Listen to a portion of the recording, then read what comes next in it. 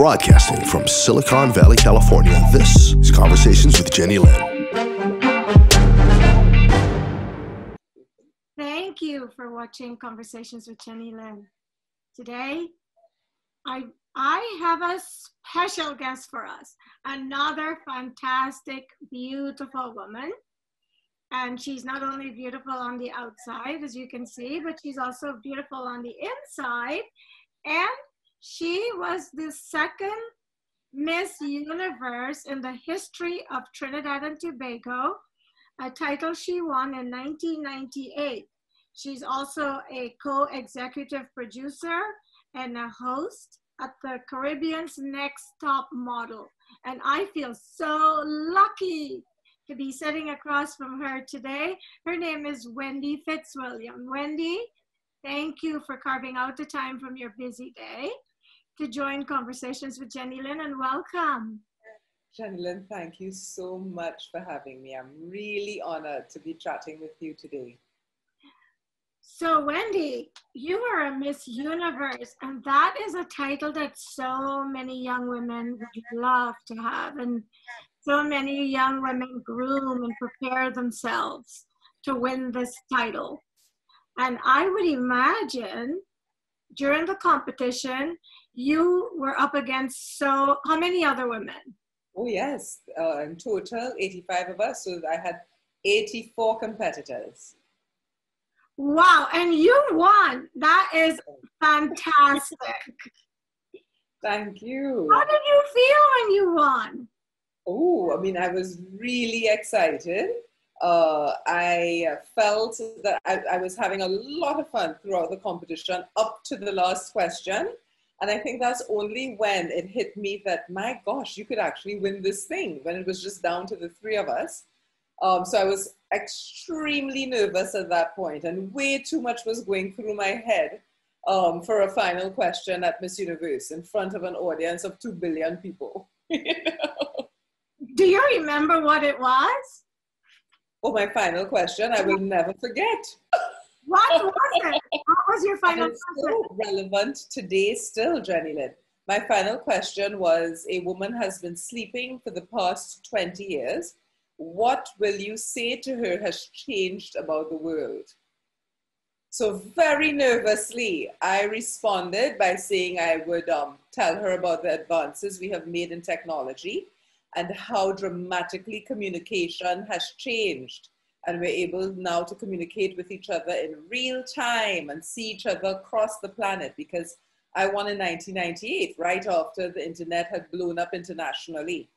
But I said also in my answer that we have also, in our growth, been very disrespectful to our environment, and we need to change that. So I ended it by saying, great work, re-technology.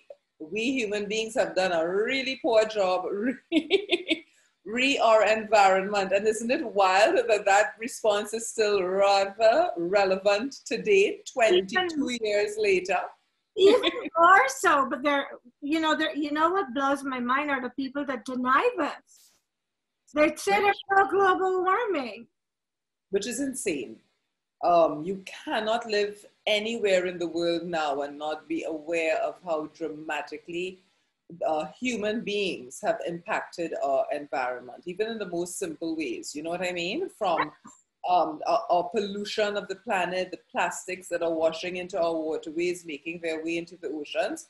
You know, because I live on a beautiful little Caribbean island, I see it firsthand. You know, there are huge areas of waste in the ocean that starve and kill a lot of our marine life.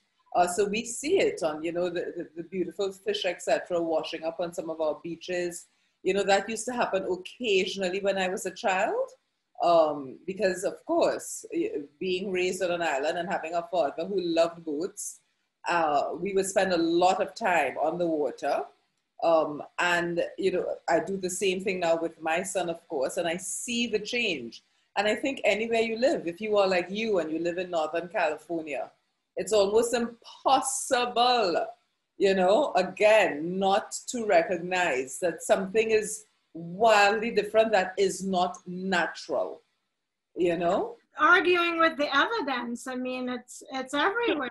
But you really see what you want to see.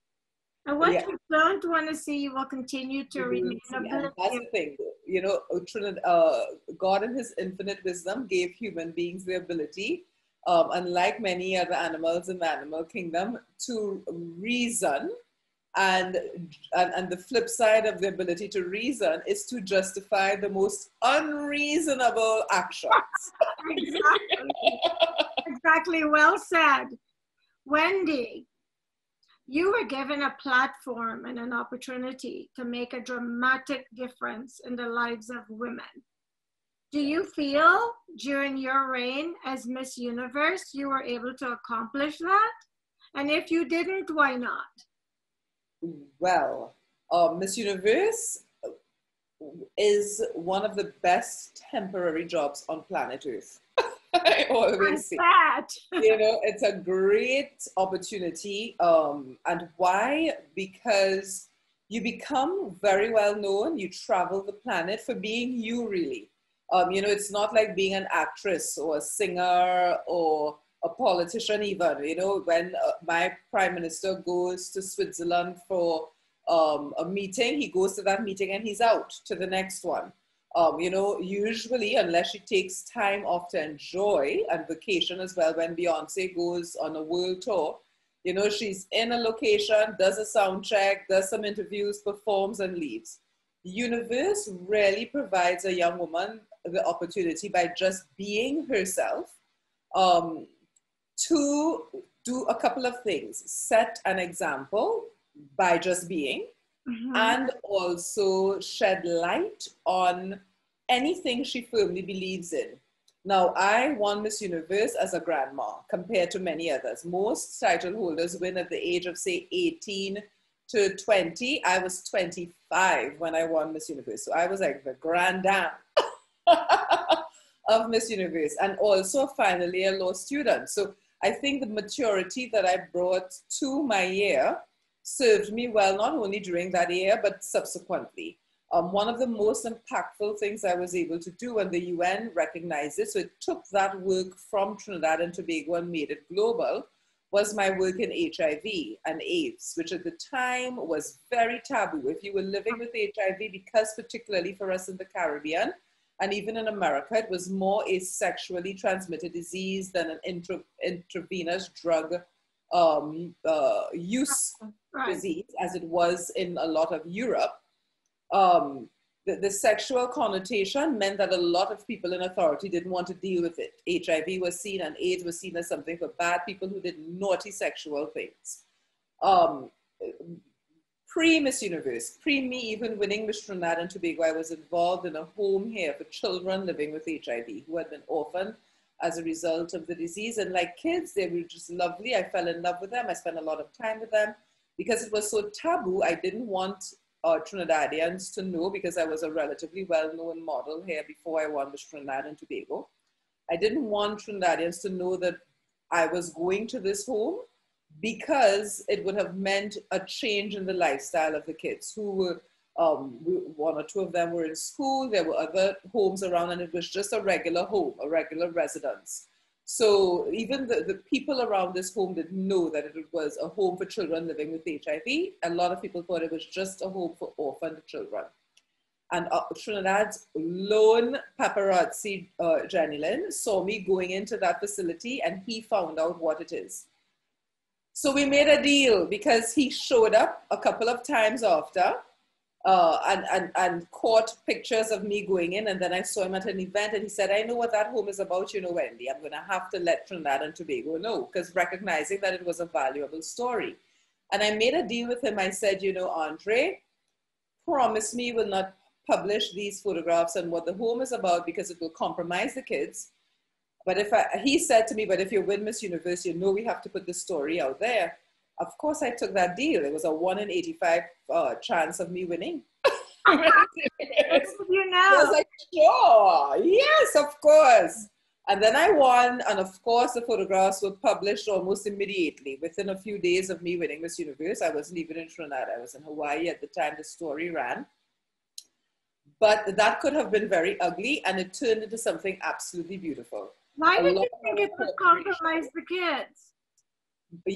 Yes, but the exposure and the fact that I had been spending a lot of time with these kids and I am healthy and fine, really positively impacted them. Now there was some negative fallout as well. You know, the parents of the children in the neighborhood didn't want their kids to play with them anymore. That we reversed with time. Our kids were not allowed into public schools, so the private schools to which we were sending them very quietly. Again, these schools did not know these children had HIV because they were no threat to the rest of the school population. But that also meant compromising their ability to go to school. But the flip side of that was the publication of that story allowed for me to speak up on the discrimination that our HIV population faced, because of course every politician in the country wanted to be on my good side and be in bed with me because I made everybody feel good. Not because of anything I did per se, it's just that, you know, if Miss Universe comes from your country and a small country like mine, that's a good thing. So I worked it to my advantage. You know, I got the state to seriously invest at that time in the care of our nationals. So by 2000, I won in 98. By 2000, antiretroviral drugs were available to all Trinidadians who needed it for free. They didn't have to pay for that healthcare. Well, we have a healthcare system anyway that is more akin to the UK and to Canada than the US healthcare system. But the bottom line is there was no care for our population living with HIV. You either died, or if you had the resources and you were wealthier, you flew to Miami and you got care there. We have now one of the best systems, healthcare systems for HIV care in the Caribbean. Wow. And I don't take credit for that, but I do take credit for highlighting, you know, what the quality of life was like for someone living with HIV. And then so many of our nationals, I have to say, Trinidadians are really decent people at heart. So many of our nationals, both in the public sector and private sector, stepped up. I'll never forget during my year, I got my then Minister of Health, Minister Rahal, a wonderful, wonderful gentleman, to go to an area of land in the country on which I wanted to expand the home for our children with HIV on a carnival Saturday morning. You know carnival in Trinidad, Jennylyn. It's crazy, it's wild. We party for months. The week before carnival, we party every single night. So he had finished partying because he was at the same party I was the Friday night. We stayed at that fete, girl power, it's called, how fitting, until 5 a.m. And at 8 o'clock, I had him on this site at one of the state's hospitals, looking at a location at which we could build a facility for our children. That is so even in the midst of the party, and the point I'm making is that, you know, the attention that I got with Miss Universe facilitated a total shift in our mindset with regard to HIV, and allowed for our development because we were able to discuss that particular issue openly and put resources quickly. So, you know, now I think even though Trinidadians love me still, 20 years later, I can't have that impact in the same immediate way. Do you know what I mean? Like within a year, 2 years, I was able to help move the bar significantly in that regard. Well, we're living in such a different world now. Back then, yes, HIV was the big thing. Everybody was so afraid of it. And Correct. When you really think about it, a lot of these things, a lot of fear comes from lack of education. Exactly. And so now that people are more educated about it, you know, you don't even hear anything about AIDS because COVID has taken over the throne. Yes. COVID is now wearing the crown. COVID is so scary though, because it's like a cross between AIDS in terms of the fact that you could be a healthy carrier and infect people, but it's as easy, whereas HIV, you have to do something to contract it. Exactly. You have to receive blood or have tainted blood. You have to have sexual intercourse. You just have to breathe the air. Right. You know? Exactly, right? And God knows what else is to come. Yes, yes. Keep on getting blindsided by one surprise after the next. But all of these diseases, that's part of us. Coming back to that answer I gave that night many years ago, it's so important that we take care of our environment, because in doing so, we take care of ourselves. Mm-hmm. You know, I hear a lot of people, you know, talking about and the conspiracy theorists that the world is going to end. The world is not going to end. This planet is going to be right here. The world is spitting us out, human beings. We are going to end. We are self-extincting. I completely agree with you. I keep getting these little verses from people every day. The world is ending. Jesus is coming for the world. The world is never going to end. We are all exactly. We may go the way of the dinosaurs. Of course, yes. And I think that we all are responsible for keeping it safe. And I think the people who are denying climate change, yes, they're not helping the situation. Yes. So Wendy, we've been talking about the glamorous side of Miss Universe. Yes. There has to be a dark side. I don't know what's wrong with my throat today. What advice would you have for a young girl who just goes into this competition blindly, just focused on the glamorous side of it? Is there anything they should be aware of? Oh, absolutely. So again, I was lucky when I entered Miss Universe, and I modeled from the age of 11. My first paid gig as a model was sitting for an artist, Bosco Hula, here in Trinidad when I was 11. But my dad went to every job with me until I was 16. Fashion shows, television ads, everything. My parents, they're still at 48, very involved in my life. And that helps tremendously, right? Because the beauty industry, whether it's in fashion, cosmetics, pageantry, can be very superficial and very vain, and it allows you to put extreme focus on the physical, how skinny you are, how cute you are. And we can get carried away. You know, we can be as addicted to our looks as we can be to meth or cocaine. And that is not a healthy thing. If we are so focused on what we look like, we do so at the detriment of our health, our relationships, our mental, emotional development. That's a problem. And definitely in pageantry, you can have that as well. Because it's part of the beauty industry, like any other area of the beauty industry. What I have to say though, and in fairness, unlike many other young women who participate in pageants all their lives and, you know, compete at the state and national level a million times before they become Miss USA or Miss America and then go on to Miss Universe, Jennylyn and your darling cousin Peter can testify to this. Miss Universe was my second pageant ever in life. Are you serious? I attended a Miss Trinidad and Tobago show before I won one.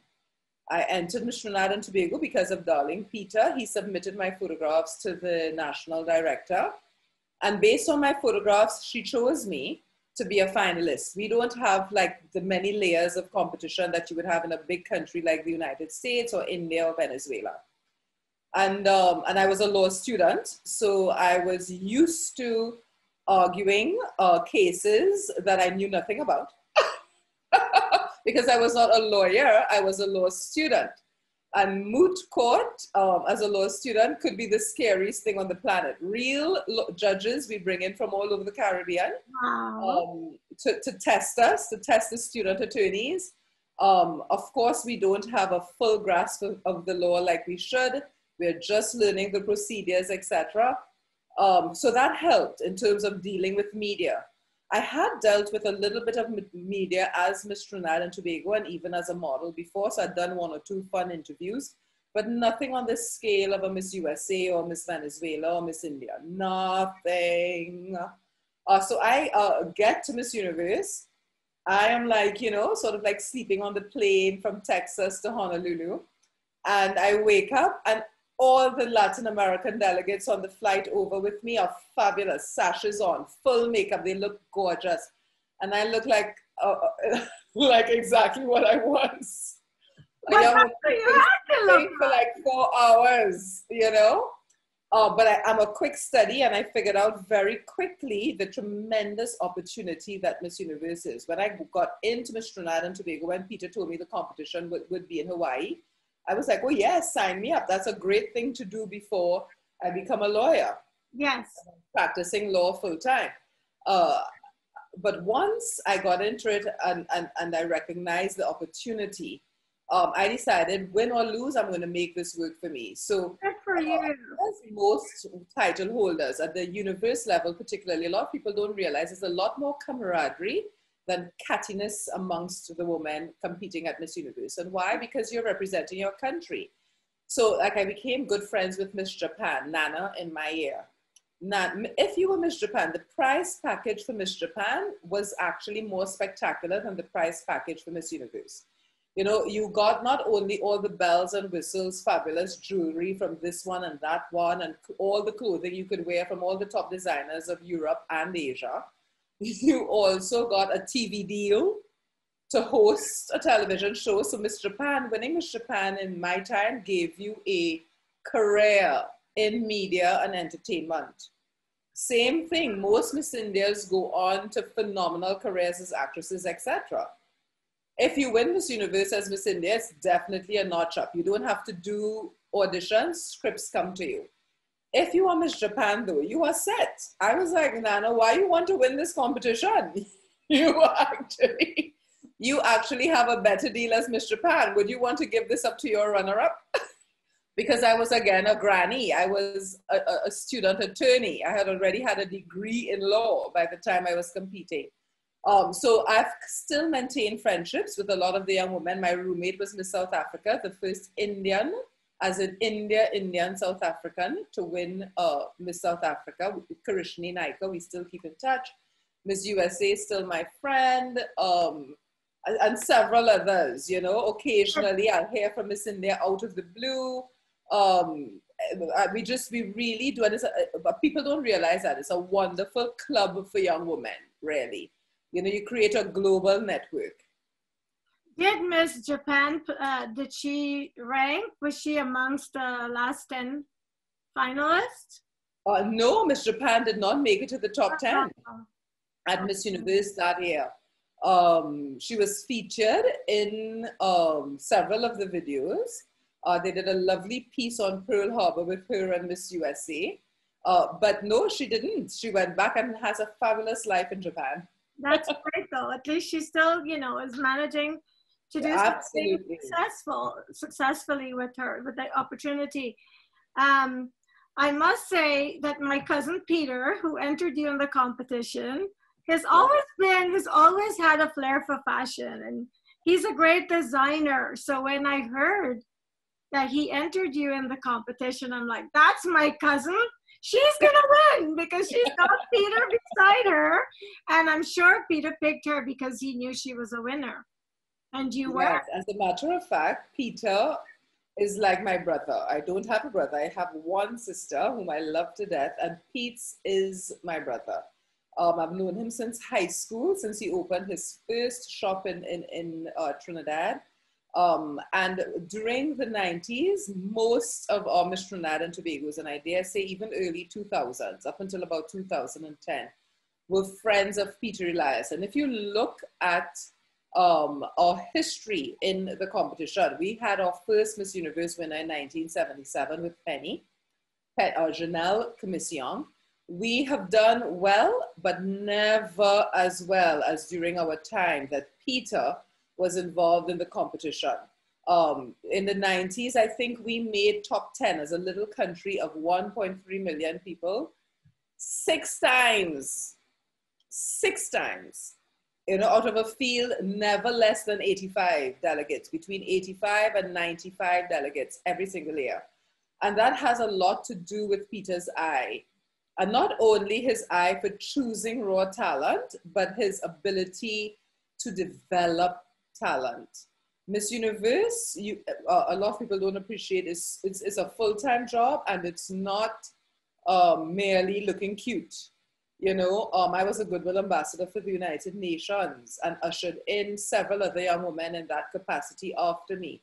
You know, you have to be as comfortable addressing the UN as you are meeting with survivors of a hurricane. In my instance, in Puerto Rico at the time, in 1 week, going from the red carpet and answering really tough, naughty sexual questions from, you know, a representative of the Howard Stern show, to doing CNN Q&A. I remember when Miss Universe decided to send me on Bill Maher's first show. Before Bill Maher's show, Real Time with Bill Maher, Politically Incorrect, was his first show on television. And Universe was so scared to send me on TV with Bill Maher because, you know, he's so tough and so witty and so, and I held my own. I was on with Gossip and a couple of others. And at one point in the show, if you go back and you look at that reel, if you can find it on YouTube, he says, hey, we've gone to 2 commercial breaks with Miss Universe giving her opinion. This is my show. You know, so he allowed me to even take charge, you know, which Bill Maher never does. But Peter has a really good eye for raw talent and then for nurturing that talent and creating a global ambassador. He really excels. I am so proud to be his cousin. I really am. You know, we are almost out of time, and I have to ask you this. Yes. So you met our president. Yes. How could I not ask you that? Your current president was my current president. Boss. Yes. What? He was my ultimate boss. So at the time I won Miss Universe, Mr. Trump had just won the competition. As a matter of fact, I was his 3rd title holder. So the Venezuelan, Alicia Machado, whom gained a teeny bit of weight, whom he gave a slightly harder time. She was his first. He acquired the competition in the middle of her year.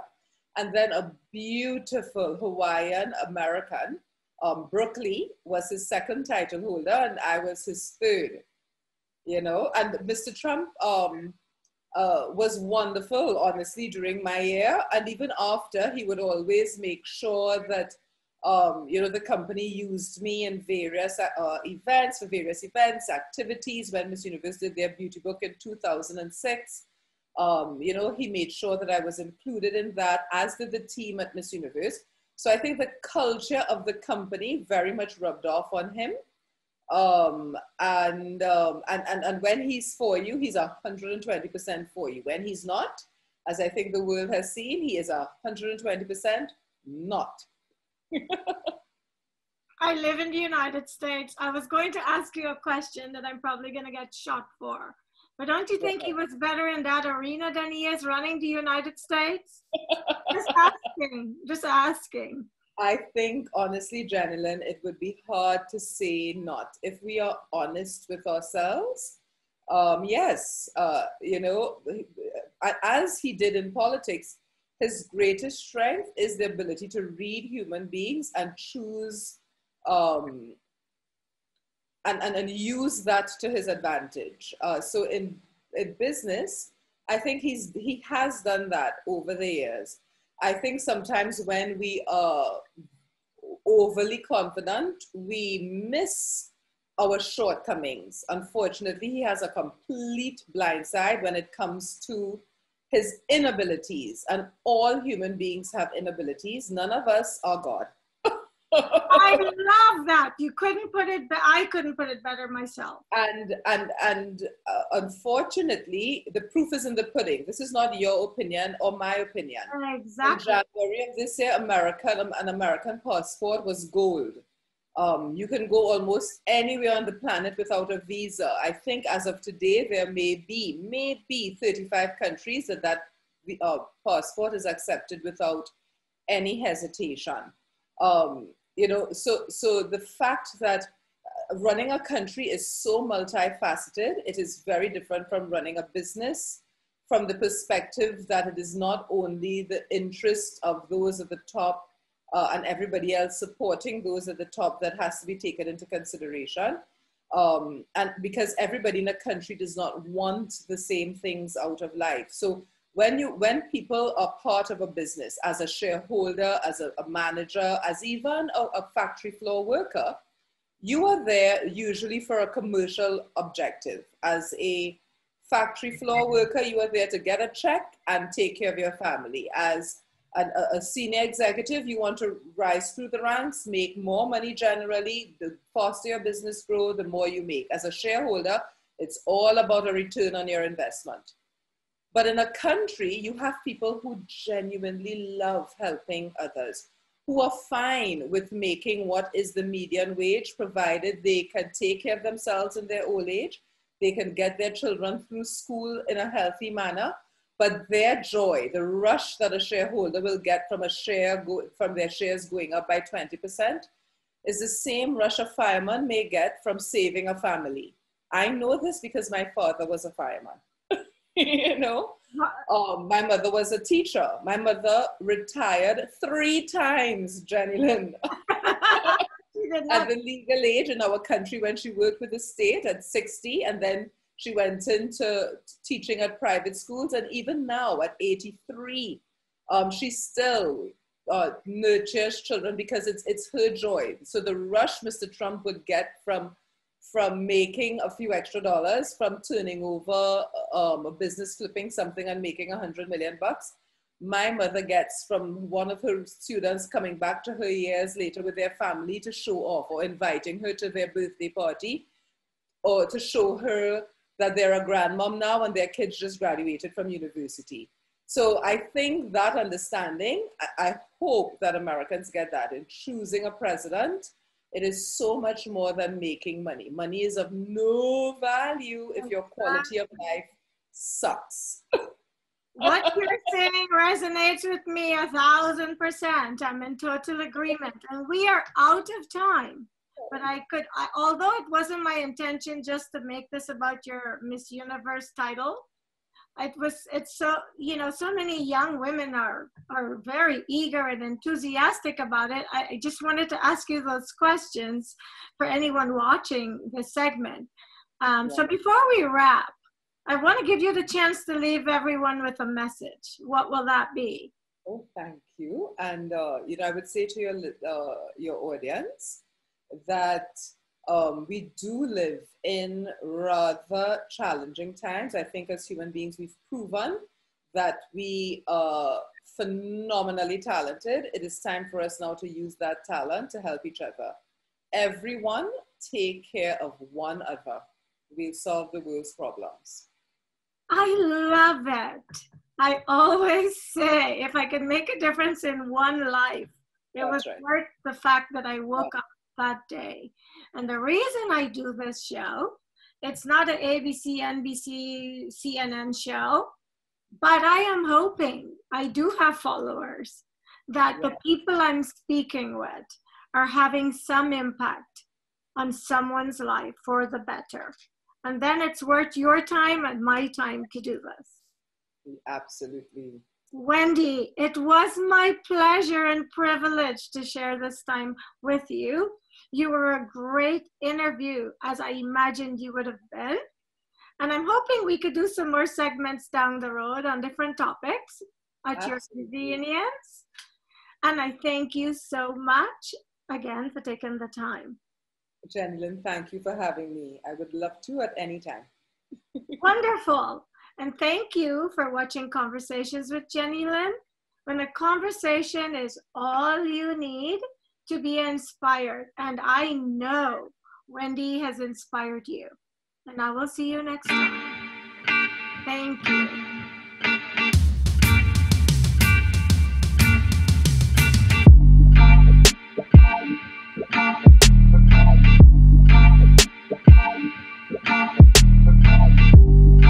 Broadcasting from Silicon Valley, California, this is Conversations with Jennylyn.